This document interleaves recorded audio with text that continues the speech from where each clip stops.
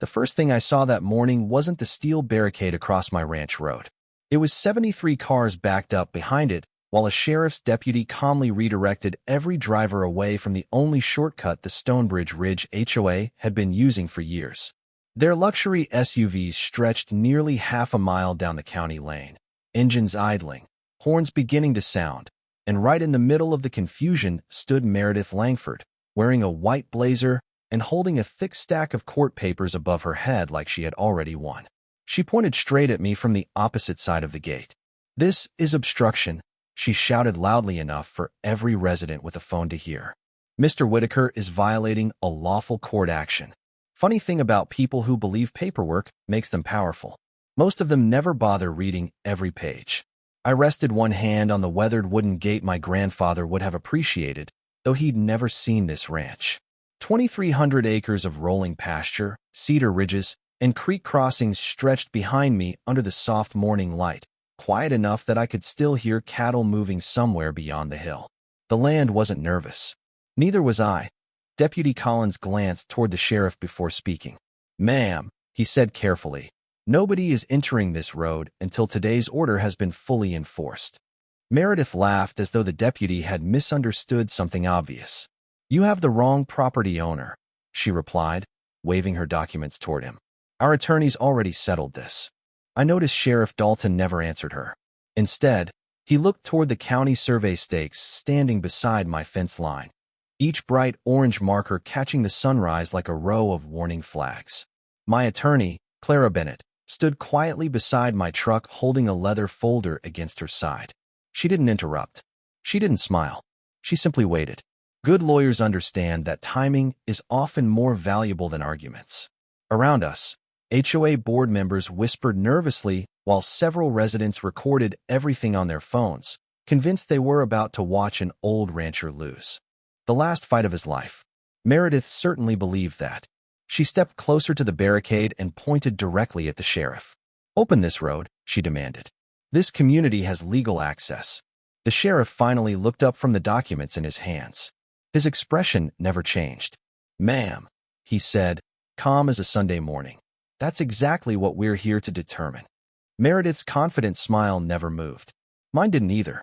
Because what she still didn't realize was that the lawsuit she had filed against me contained the single admission her own HOA could never afford to make. And before the sun set that evening, everyone waiting behind those barricades was going to understand why. Meredith Langford mistook the sheriff's silence for hesitation. People like her usually do. She straightened the collar of her white blazer, turned toward the growing crowd of residents, and smiled with the confidence of someone who believed the ending had already been written.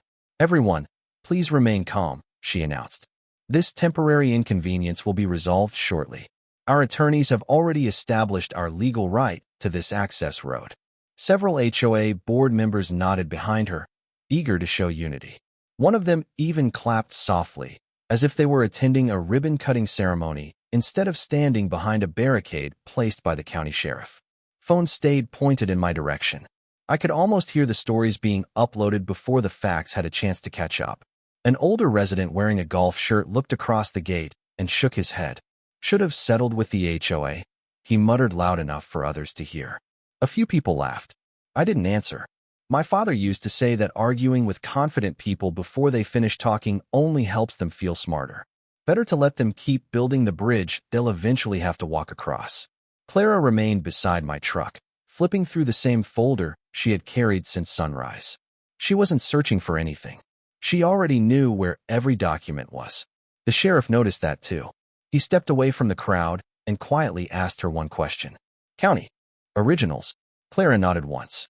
"Certified copies, survey records, deed history, subdivision filings, and every amendment recorded over the last 41 years. The sheriff thanked her without another word. Meredith caught only the last part of the conversation and immediately assumed it favored her. "I'm glad we're finally making progress," she called out with another polished smile.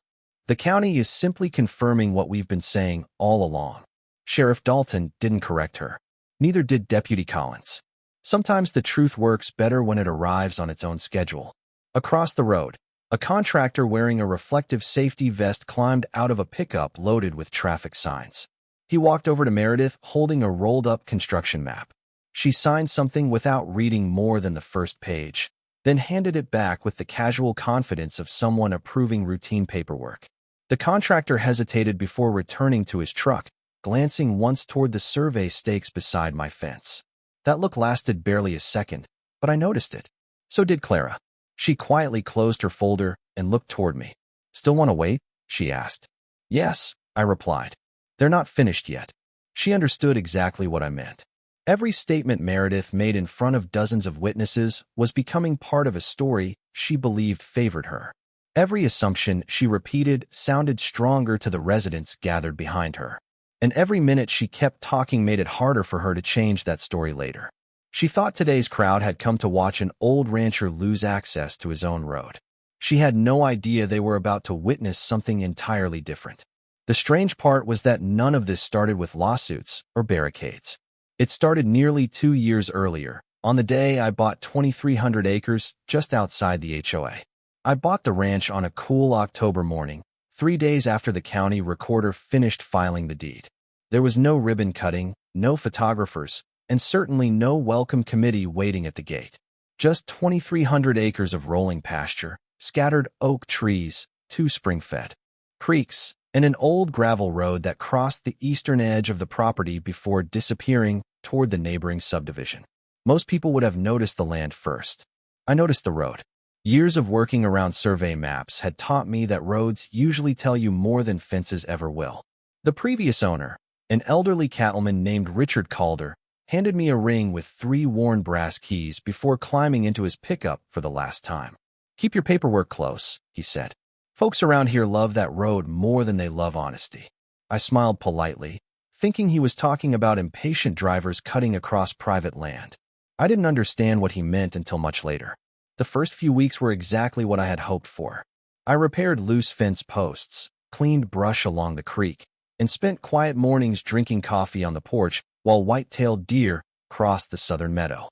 After losing my wife, Emily, 2 years earlier, silence had become something I appreciated instead of feared. The ranch wasn't an investment to me. It was a place where every sunrise felt honest. Then one afternoon I noticed something strange. Around 5 o'clock, a steady line of luxury SUVs began driving across the eastern ranch road without slowing down. None of them stopped at my gate. None of them waved. They drove across my property as casually as if the gravel belonged to the subdivision instead of the deed sitting inside my desk. At first I assumed they had permission from the previous owner. Small towns often work that way. Longtime neighbors help each other without paperwork. I wasn't interested in creating unnecessary problems, so I simply watched. The same thing happened the next afternoon. Then the next. Soon I realized nearly every evening brought another procession of expensive vehicles using my ranch road as a shortcut. One Saturday morning, I walked out to the entrance and found fresh tire tracks circling around one of my newly installed cattle guards. Someone had even trimmed branches beside the road without asking. That caught my attention more than the traffic itself. People willing to improve a road they don't own usually believe they'll never be questioned. 3 days later, while replacing a weathered mailbox near the county entrance, I finally met the woman who seemed perfectly comfortable acting like that road belonged to someone else. A white luxury SUV rolled to a smooth stop beside me, and the driver stepped out wearing oversized sunglasses and carrying a leather portfolio instead of introducing herself like a neighbor. Before she even spoke, I had the uncomfortable feeling she wasn't there to welcome me. She was there to explain what she believed I was supposed to do. She removed her sunglasses before she spoke, not because the morning sun was bright, but because she wanted direct eye contact. "Good morning," she said with a polished smile that looked practiced instead of friendly. "I'm Meredith Langford, president of the Stonebridge Ridge Homeowners Association." She extended a hand, and I shook it. My father always believed first impressions should be polite, even when they turned out to be wrong. Meredith opened the leather portfolio and produced a glossy community map. The subdivision looked impressive on paper. Tree-lined streets, decorative ponds, walking trails, and a clubhouse marked with neat little icons. Then she tapped a narrow gray line running along the eastern edge. "This road serves our residents," she explained. "We've used it for years." I looked from the map to the gravel road stretching across my ranch. "It serves my property first," I replied. She smiled again, but this time it didn't quite reach her eyes. Of course, she said. We're simply accustomed to using it. There was nothing openly hostile about the conversation, yet something felt off. People asking for cooperation usually begin by asking. Meredith spoke as though continued access had already been decided. Before leaving, she handed me a folder containing HOA newsletters, emergency contact numbers, and what she called community expectations. I noticed there wasn't a single recorded document inside. No deed references. No county filings. No easement records. Just polished brochures. After she drove away, I carried everything into the house and placed the folder beside my kitchen table. I didn't throw it away. I simply made a mental note. Over the following month, traffic increased. Delivery trucks crossed the ranch road. Landscaping crews crossed it. Contractors hauling building materials crossed it. One afternoon, I counted 42 vehicles before dinner. Then I began noticing smaller things. Fresh gravel appeared on sections of my road that I hadn't repaired. Utility flags appeared near the shoulder one weekend and disappeared before Monday morning. Someone painted small white arrows on fence posts without asking my permission. Every change was minor by itself. Together, they painted a different picture. Somebody wasn't treating the road like borrowed access. They were treating it like permanent infrastructure. I still didn't confront anyone. Calm gives people room to reveal more than questions ever will. Instead, I started documenting everything. Dates, vehicle counts, photographs, tire tracks, survey markers. My attorney, Clara Bennett, once told me that memories win arguments over coffee, but records win them in court. I remembered that advice every time another SUV rolled across the ranch. Then one rainy Thursday afternoon, a certified envelope arrived from Stonebridge Ridge HOA. Inside was a formal notice informing me that I was expected to maintain the eastern access road according to community standards because, according to the letter, it functioned as an essential route for the subdivision. I read that sentence twice before setting the paper back on the table. They weren't asking anymore. They were beginning to describe my property as though it already belonged to their community. That was the moment I called Clara. She listened without interrupting until I finished reading the letter aloud. Then the line stayed quiet for several seconds before she finally spoke. Thomas, she said calmly, before you answer them, I want you to find one thing for me. Go look at the original county plat. Don't look at the HOA's maps. Look at the counties. If I'm right, this situation is about to become much bigger than either of us expected. I didn't drive to the county records office that afternoon. Instead, I drove to the highest ridge on the ranch and shut off the truck where I could see nearly every acre spread beneath the late afternoon sun. Clara's advice could wait until morning. The land couldn't. Whenever life became noisy, this was where I came to think. 2,300 acres looked enormous on a map, but standing there, it felt less like property and more like responsibility. Long fences divided open pasture from cedar groves. A narrow creek wound through the valley before disappearing beneath an old limestone crossing that had survived longer than most buildings in town. The gravel road cutting across the eastern boundary looked ordinary from that distance, almost insignificant. Funny how the smallest strip of land can become the center of the biggest fight. People often assumed I bought the ranch because I wanted a quiet retirement. That wasn't the whole story. Emily and I had dreamed about owning land like this for years. We spent countless weekends driving back roads across Texas, stopping at weathered ranch gates, talking about what life might look like if we ever found the right place. She loved old oak trees more than expensive houses. She used to say a tree that had survived 100 summers deserved more respect than any luxury subdivision ever would. We never cared about swimming pools or golf courses. We wanted room to breathe. Then cancer rewrote those plans. During the last year of her life, hospital schedules replaced road trips, and conversations about ranches slowly disappeared beneath doctor appointments and treatment calendars. One evening, while we were sitting on the back porch of our small house, she looked across the fading sunset and smiled the same quiet smile that had carried both of us through difficult years. "Promise me something," she said. I reached for her hand without saying a word. "When all this is over," she whispered, "don't spend the rest of your life staring at walls. Find a place where mornings still sound like birds instead of traffic." I promised. After she was gone, I spent nearly 18 months doing exactly the opposite. I buried myself in routine because routine required less courage than starting over. Work filled the days. Silence filled the evenings. Then one Saturday, almost by accident, I drove past a faded sign advertising the Calder Ranch for sale. Richard Calder met me at the gate wearing worn boots and a dusty hat that looked older than some pickup trucks. Instead of telling me how valuable the land was, he walked me to the highest hill and said something I'll never forget. "You don't really own a place like this," he said. "You borrow it for a while, then leave it better than you found it." That sentence stayed with me long after we shook hands. I bought the ranch because it felt like keeping a promise instead of making a purchase. Every fence I repaired, every pasture I cleared, every creek bank I protected felt like honoring Emily's memory one quiet morning at a time. That's why the letter from the HOA bothered me far more than the traffic ever had. They thought they were arguing over a shortcut. They had no idea they were stepping into a promise I had no intention of breaking. And the next morning, when I finally walked into the county records office with Clara's instructions in my pocket, I was about to discover that the history of that gravel road stretched much farther back than either Meredith or I had imagined.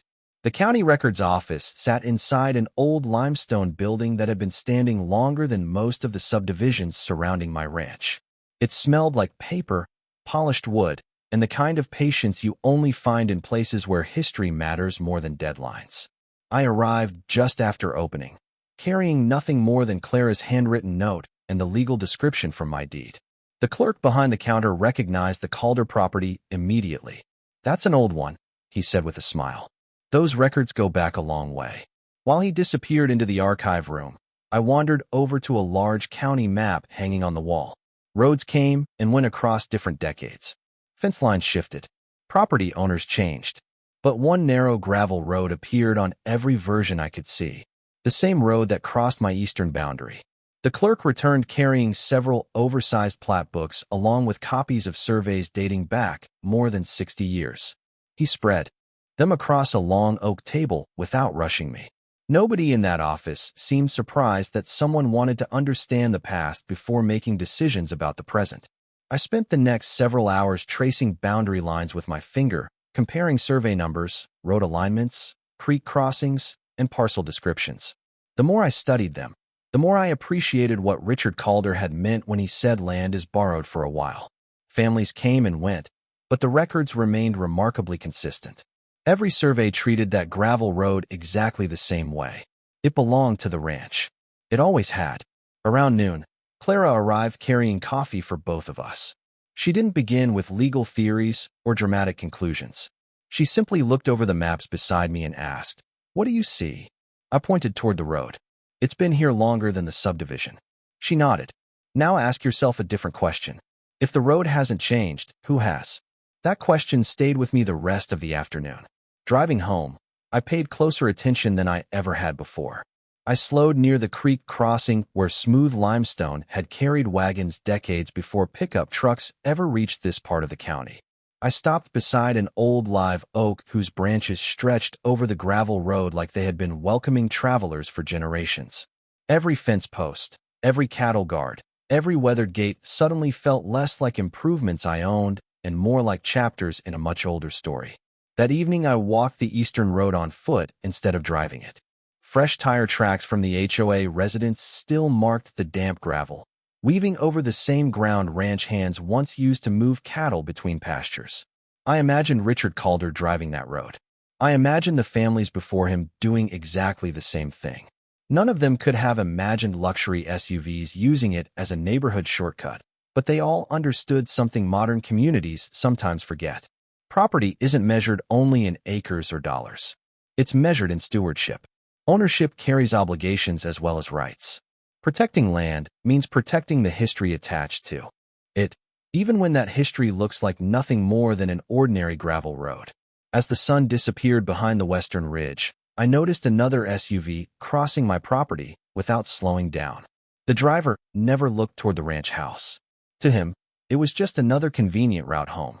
To me, it had become something entirely different. It had become the one piece of this property I now understood better than anyone on the other side of that subdivision fence. And before long, I was going to find out someone else had been studying that same road for reasons that had nothing to do with history. The first real suspicion didn't come from Meredith Langford. It came from a man who wasn't supposed to be paying attention. About a week after my visit to the county records office, I was replacing an old fence brace near the eastern boundary when a white pickup truck with the logo of a paving contractor slowed beside the ranch road. The driver rolled down his window, looked toward the subdivision entrance, then back at me. "You the new owner?" he asked. I nodded. He hesitated for a moment before speaking again. "You might want to keep an eye on this road." Before I could ask what he meant, he wished me a good afternoon and drove away. It wasn't much of a conversation, but something about his expression stayed with me. It wasn't curiosity. It was concern. Over the next several days, I began noticing details that had somehow escaped me before. Small wooden stakes appeared along the shoulder of the gravel road every few hundred feet. They weren't county survey markers. They were thinner, freshly painted, and carried bright ribbons tied near the top. 2 mornings later, they were gone. Then I spotted utility workers standing beside the eastern gate, studying printed maps. They never crossed onto the pasture, but they spent nearly 20 minutes measuring distances with laser equipment before quietly packing everything back into their truck. When I waved, they waved back politely, then left without saying a word. None of those things proved anything. Together, however, they formed a pattern that was becoming harder to ignore. That Friday afternoon, I stopped by a small diner. About 10 miles from the ranch, the kind of place where ranchers, mechanics, county employees, and retired deputies still preferred booths over conference rooms. News traveled through that cafe faster than it ever did online. While I was finishing a cup of coffee, an older man named Roy Henderson slid into the seat across from me. I'd met him only once before. "You're the fellow who bought the Calder place," he said. I smiled. "That's me." Roy stirred his coffee without looking up. "Stonebridge folks sure seem interested in your road." That got my attention. "Interested how?" He shrugged. "Saw engineers out there twice last month. Heard somebody talking about improving access before summer." Improving access. Strange choice of words for a road they didn't own. I thanked Roy and drove home without saying much. That evening, instead of working on fences, I parked near the eastern entrance just before sunset. Traffic began exactly as it always did. Residents returning home. Delivery vans. Landscaping trailers. Then, just before dark, Meredith's white SUV rolled slowly to a stop beside one of the old live oaks. She stepped out with 2 men carrying rolled survey plans. None of them noticed me watching from farther up the ridge through a pair of binoculars. Meredith pointed toward different sections of my road, while one of the men made notes on a clipboard. They weren't discussing where people had been driving. They were discussing what they planned to do next. And for the first time since buying the ranch, I stopped wondering whether the HOA expected to keep using my road. I started wondering whether they believed it already belonged to them. The next morning, I called Clara before the sun cleared the Cedar Ridge. I told her about the contractor, the survey plans, and Meredith standing beside my road with 2 men carrying rolled maps. She listened without interrupting, the same way she always did. When I finished, she asked only one question. "Did they step onto your property?" "Not while I was watching," I answered. "Good," she replied. "That means they're still trying to understand what they can legally claim." An hour later, we met inside the county records office. Clara didn't begin with the subdivision files. She started with my deed. "Always prove what you own before proving what someone else doesn't," she said as she laid the certified copy across the oak table. My legal description matched every survey recorded when I purchased the ranch. Parcel numbers, bearings, monuments, creek crossings, and road alignments all matched perfectly. Nothing unusual. That was exactly what she wanted to see. From there, we moved to the historical survey books. The county surveyor on duty recognized the Calder Ranch immediately and pulled original plats dating back decades. Yellowed paper, faded ink, hand-drawn bearings, and surveyor signatures filled the oversized pages. One by one, we compared them against modern digital records. The eastern gravel road appeared every single time. Same location, same ownership, same boundary references. "Roads don't usually lie," the surveyor said quietly. "People do." Clara smiled but didn't respond. Instead, she asked for every subdivision filing connected to Stonebridge Ridge. Within minutes, another stack of documents arrived. Preliminary plats, final plats, road dedication filings, utility approvals, drainage easements, emergency service exhibits. We spent nearly 3 hours reading page after page without saying much. The deeper we looked, the stranger the story became. The subdivision roads ended exactly where my ranch began. Public maintenance stopped there. County responsibility stopped there. Every official map treated my gravel road as private property beyond the subdivision boundary. Yet promotional brochures from the HOA showed a smooth, continuous access route connecting directly through my ranch, as though no property line existed at all. Marketing had quietly replaced reality. Clara circled several references with a yellow pencil, but still refused to draw conclusions. "Keep reading," she said. Finally, she requested one last file from the recorder's archive. It wasn't labeled as an easement. It was an amendment attached to the original subdivision approval nearly 20 years earlier. We unfolded the large engineering exhibit across the table. Several proposed routes had been sketched. During the planning process, one crossed my ranch road. Another avoided it completely by extending construction farther north. A handwritten notation caught Clara's attention. She leaned closer, reading it twice before looking at me. "Interesting," she whispered. "The proposal using your road was marked subject to future recorded easement." I looked through every attached page. There was no recorded easement attached afterward. No signed agreement. No conveyance. No deed granting access. Nothing. The proposal existed only as an unfinished possibility. The county surveyor quietly nodded after reviewing the file. "Without a recorded easement," he said, tapping the paper gently, "a proposal stays exactly what it is. A proposal." Clara carefully closed the folder and placed both hands on the table. "Now I understand why Meredith has been measuring your road instead of showing U.S. documents," she said. "She's searching for paperwork that doesn't appear to exist." I thought that would finally end the matter. I was wrong. Because before we even left the courthouse parking lot, Clara's phone rang, and the call confirmed the HOA had already decided to replace missing evidence with something far more expensive. Clara ended the call without saying a word for several seconds. She rested her phone on the dashboard and looked through the windshield toward the courthouse lawn, where an American flag moved gently in the afternoon breeze. "They're not looking for an easement anymore," she finally said. "They're preparing a lawsuit." I started the truck, but didn't pull away. "On what grounds?"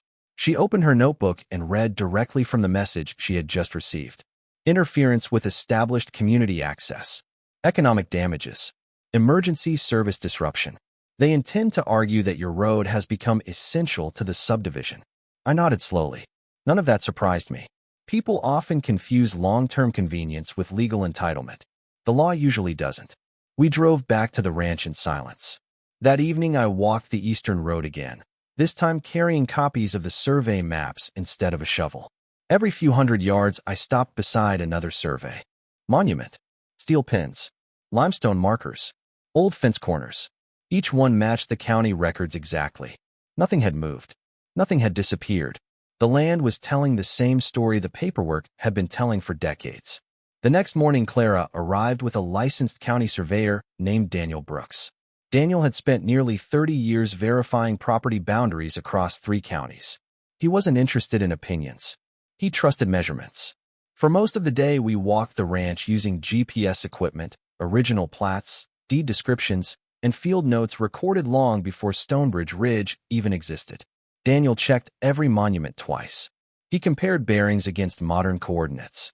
He measured road width, drainage ditches, fence offsets, and creek crossings. Late that afternoon, he removed his hat, looked down the length of the gravel road, and quietly said, "Your boundary isn't the interesting part."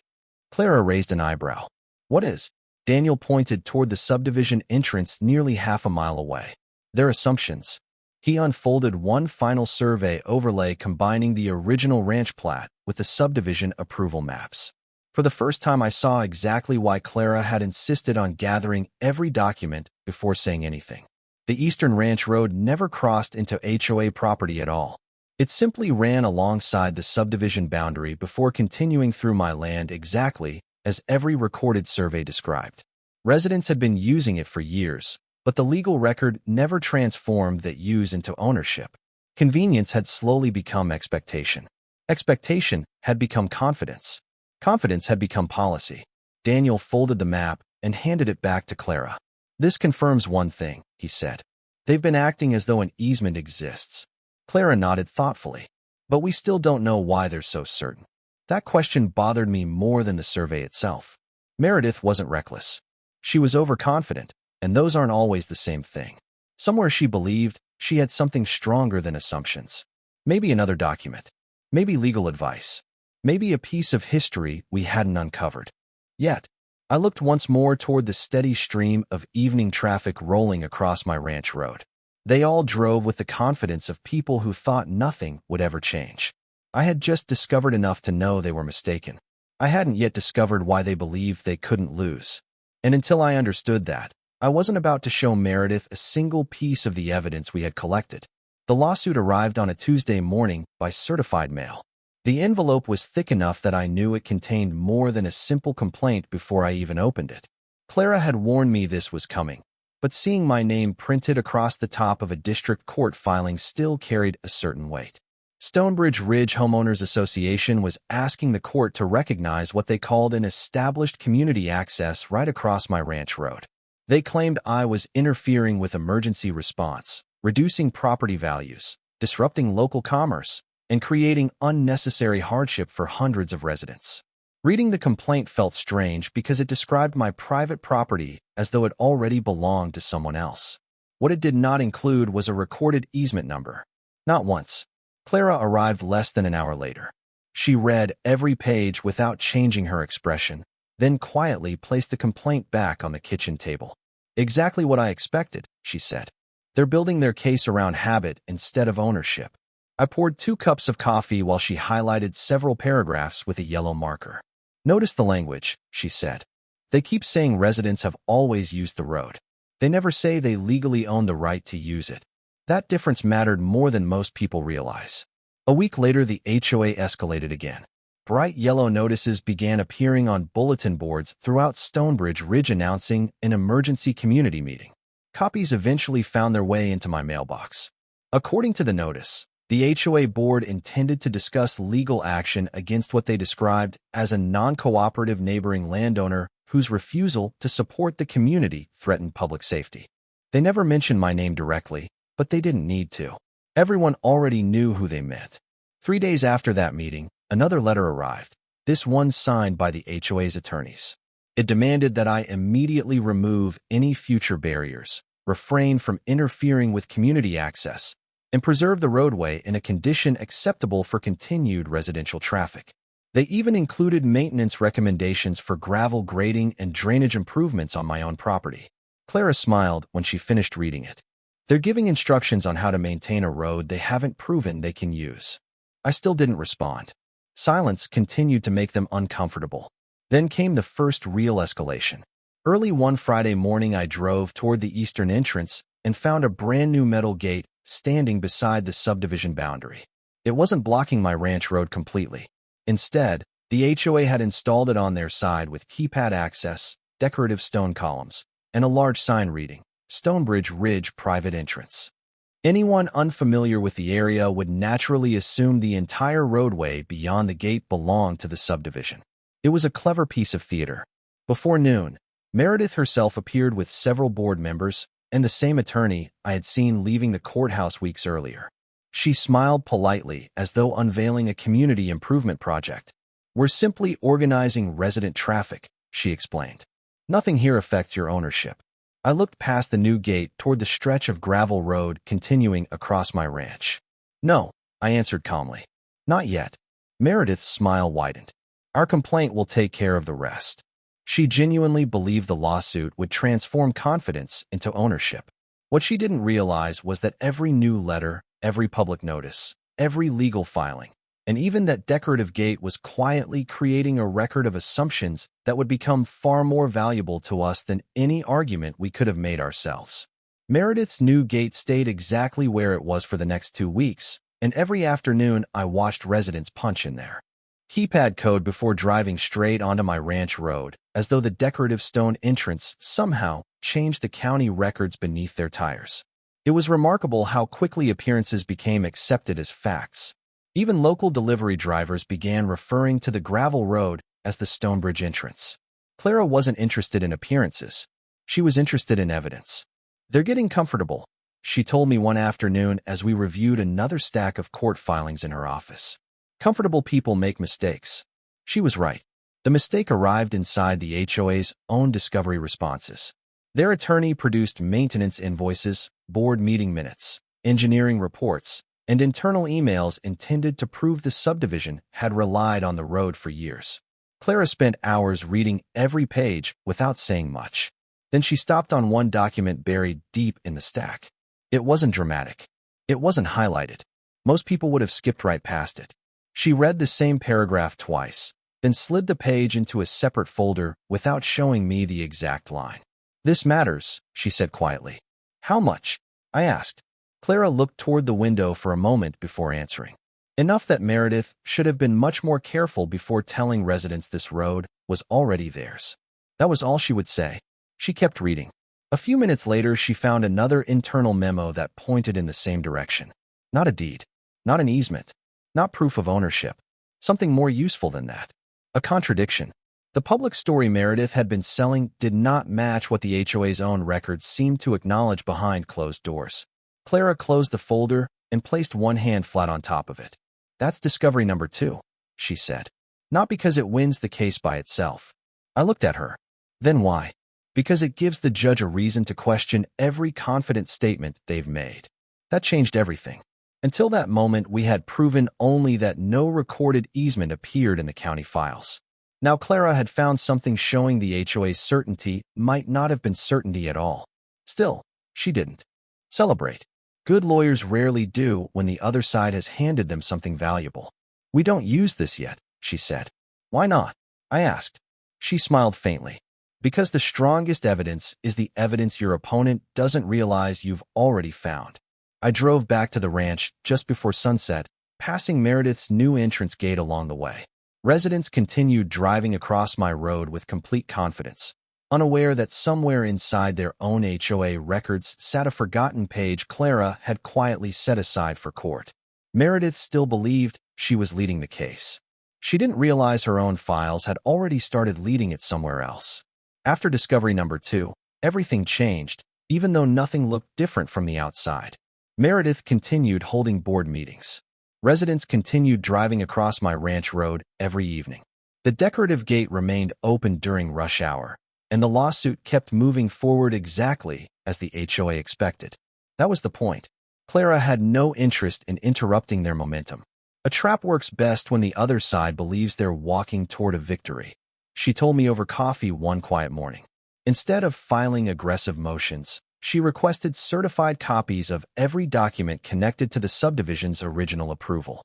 County planning records, recorder's files, survey certifications, engineering exhibits, emergency access correspondence. Every page arrived with official seals and signatures. Nothing flashy, just facts. We organized everything into chronological order across the conference table in Clara's office. The story became remarkably clear once emotion was removed from it. The ranch road had always been private. The HOA had discussed purchasing legal access years earlier. Those negotiations had never been completed. Internal board records acknowledged that reality. Yet somewhere along the way, temporary use slowly transformed into public certainty. Clara closed the final binder and smiled. "Now we stop proving what happened," she said. "Now we let the county do it." A week later, the county surveyor, Daniel Brooks, completed his certified boundary report. Every monument matched the original plats. Every measurement confirmed the same conclusion. The gravel road remained entirely within my deeded property from the county entrance to the Southern Creek crossing. Daniel signed the final certification without adding a single unnecessary sentence. Surveyors don't argue. They measure. Clara immediately forwarded the certified report to the court along with copies of the original plats and deed history. Then she made one more phone call. Not to the judge. Not to the HOA's attorney. She called the sheriff's office. Sheriff Dalton had stayed unusually quiet throughout the dispute, and now I understood why. Enforcement comes after documentation, never before it. 2 days later, he drove out to the ranch with Deputy Collins. They walked the eastern boundary beside Daniel, comparing survey monuments against the certified report while saying very little. Meredith happened to arrive halfway through the inspection with 2 board members and her attorney. She stepped out of her SUV wearing the same confident smile she had carried since the first day we met. "Glad to see everyone's finally getting organized," she said. Sheriff Dalton greeted her politely, but continued examining the survey markers instead of answering. Meredith looked toward Clara. Your client still plans to fight this? Clara calmly closed her folder. No, she replied. We're almost finished. Meredith laughed softly, convinced Clara had just admitted defeat. She thanked her attorney, turned toward the board members, and quietly said, I told you this would work. None of them noticed Deputy Collins photographing every monument along the road. None of them asked why the sheriff requested certified copies directly from the county instead of accepting the HOA's exhibits. None of them realized the investigation had quietly shifted from arguments to enforcement.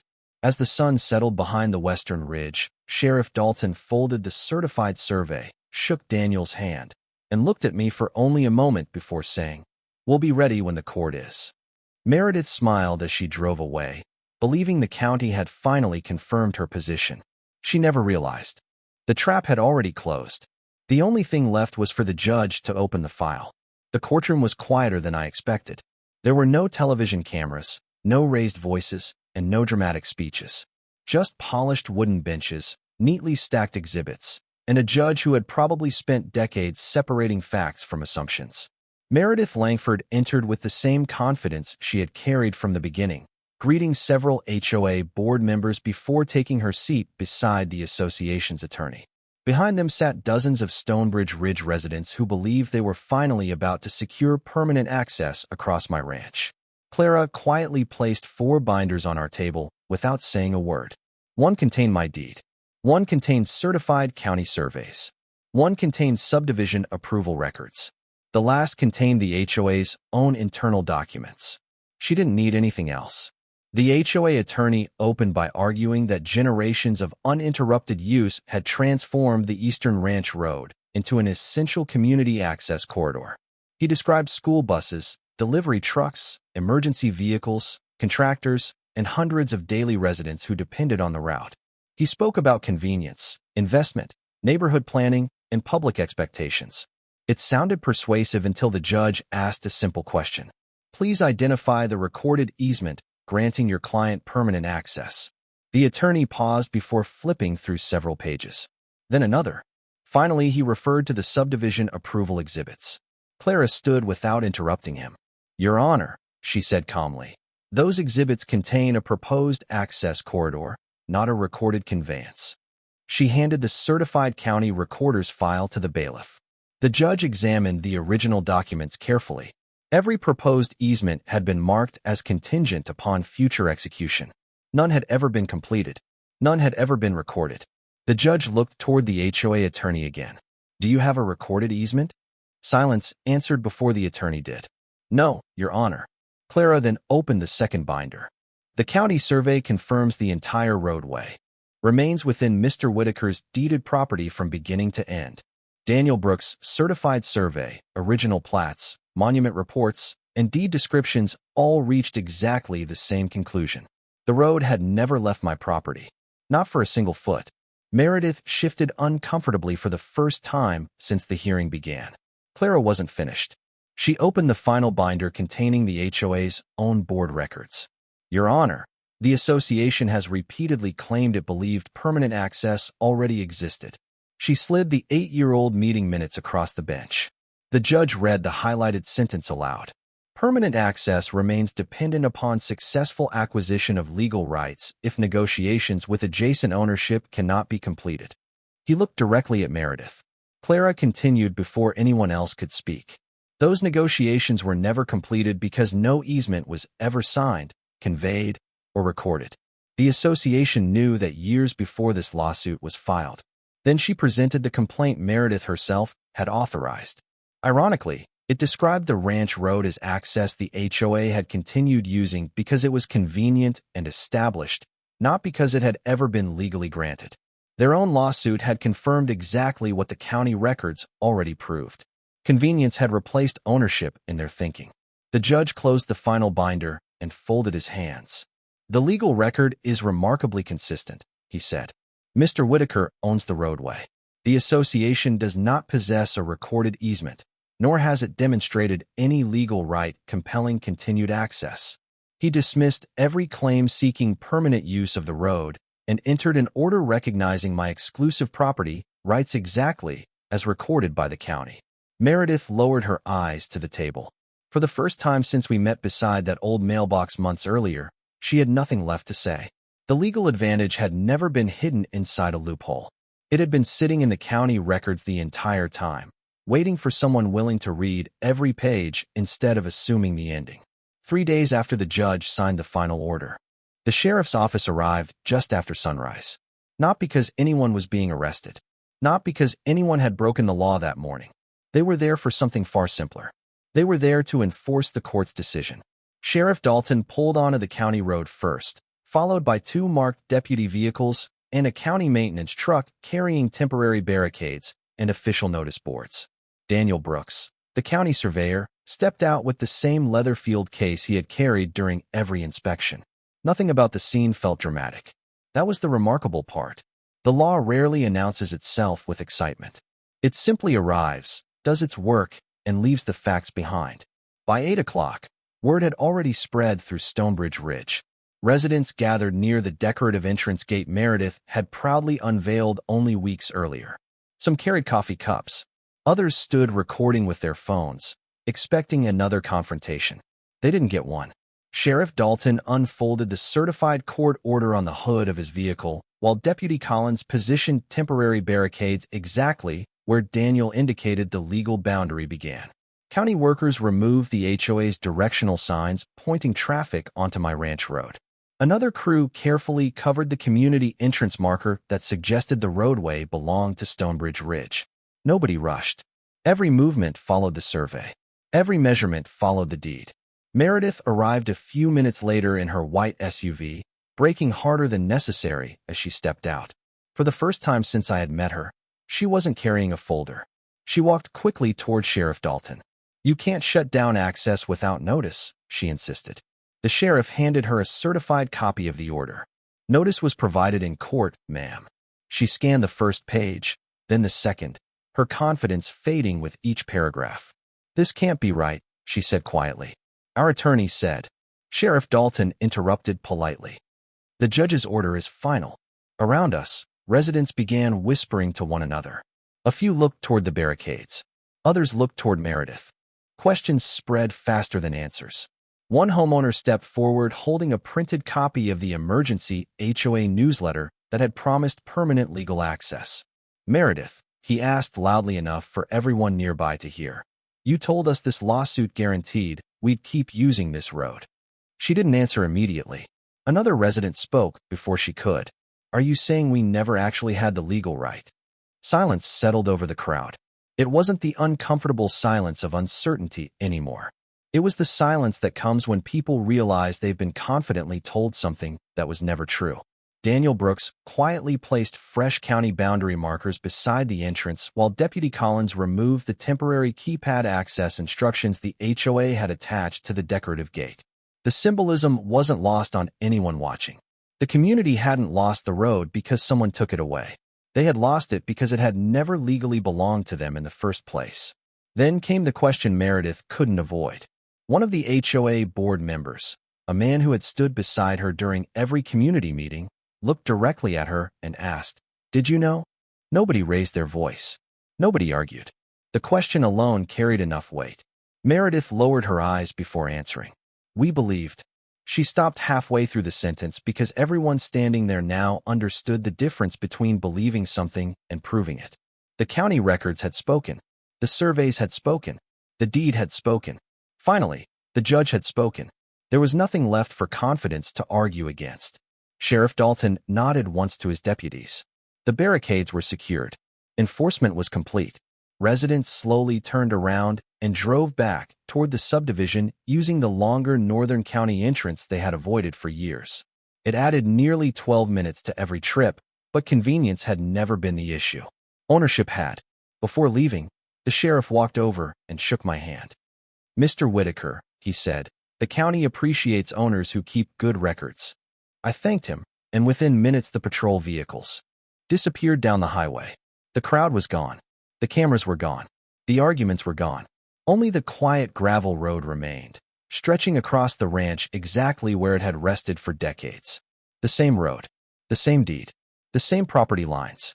The only thing that had changed was that an entire HOA had finally been forced to acknowledge them in public. Life became surprisingly quiet after that. Not because the ranch changed, but because the noise around it finally disappeared. The steady stream of shortcut traffic ended the same day the sheriff removed the last temporary barricade. Mornings returned to the sound of cattle moving through the pasture instead of SUVs rolling across my gravel road. The creek kept flowing beneath the old limestone crossing exactly as it had long before anyone imagined a luxury subdivision would stand beyond the eastern fence line. The land never cared about lawsuits. It simply waited for people to stop arguing and start respecting the boundaries that had always been there. A month later, I replaced the temporary county barricades with a simple cedar gate built by a local craftsman whose family had lived in the county for generations. There were no warning signs, no dramatic messages, just a small brass plaque that read, "Private Ranch Road." It wasn't there to remind people of what they had lost. It was there to quietly identify what had always existed. Clara stopped by one afternoon with the final court filings neatly organized inside a single binder. "You probably won't need these again," she said with a smile. I laughed softly. "I hope you're right." Before leaving, she looked across the eastern pasture where sunlight filtered through the old live oaks. "Emily would have loved this place," she said. I didn't answer immediately because she was right. Every fence repaired, every pasture restored, every peaceful sunrise felt like another promise kept. I placed the binder inside the study beside the original deed, not because I expected another fight, but because good records deserve a proper home. A few weeks later, I saw Richard Calder at the county livestock auction. He asked only one question. "Road still yours?" I smiled. "It always was." He laughed, tipped his hat, and said, "Funny how long it sometimes takes folks to discover what's been sitting in the courthouse all along." Stonebridge Ridge eventually completed improvements to its northern county entrance. Residents adjusted. Delivery trucks found a different route. School buses changed their schedules. Life moved forward the way it always does. I heard Meredith Langford resigned from the HOA board before the next annual election. Whether that was because of the lawsuit or the questions from her own neighbors, I honestly don't know. And by then, it no longer mattered. My interest had never been in watching someone lose. It had always been in protecting something worth keeping. Some evenings I still walk the eastern ranch road just before sunset. The gravel crunches beneath my boots the same way it did on the day I first bought the property. The old live oak still stretches across the road. The creek still reflects the last light of the day. Nothing about the land remembers the arguments, the court filings, or the headlines people briefly talked about around town. Land rarely remembers conflict. It remembers stewardship. Looking back, I realized the biggest mistake Stonebridge Ridge ever made wasn't filing a lawsuit. It was believing confidence could replace ownership. Paperwork never raised its voice. The deed never argued. The survey never exaggerated. They simply waited for someone willing to read them carefully. And in the end, the ranch remained exactly what Emily and I had dreamed about years before. A quiet place where mornings still sounded like birds instead of traffic, where promises mattered more than shortcuts, and where the road home finally belonged only to the person whose name had been on it all along.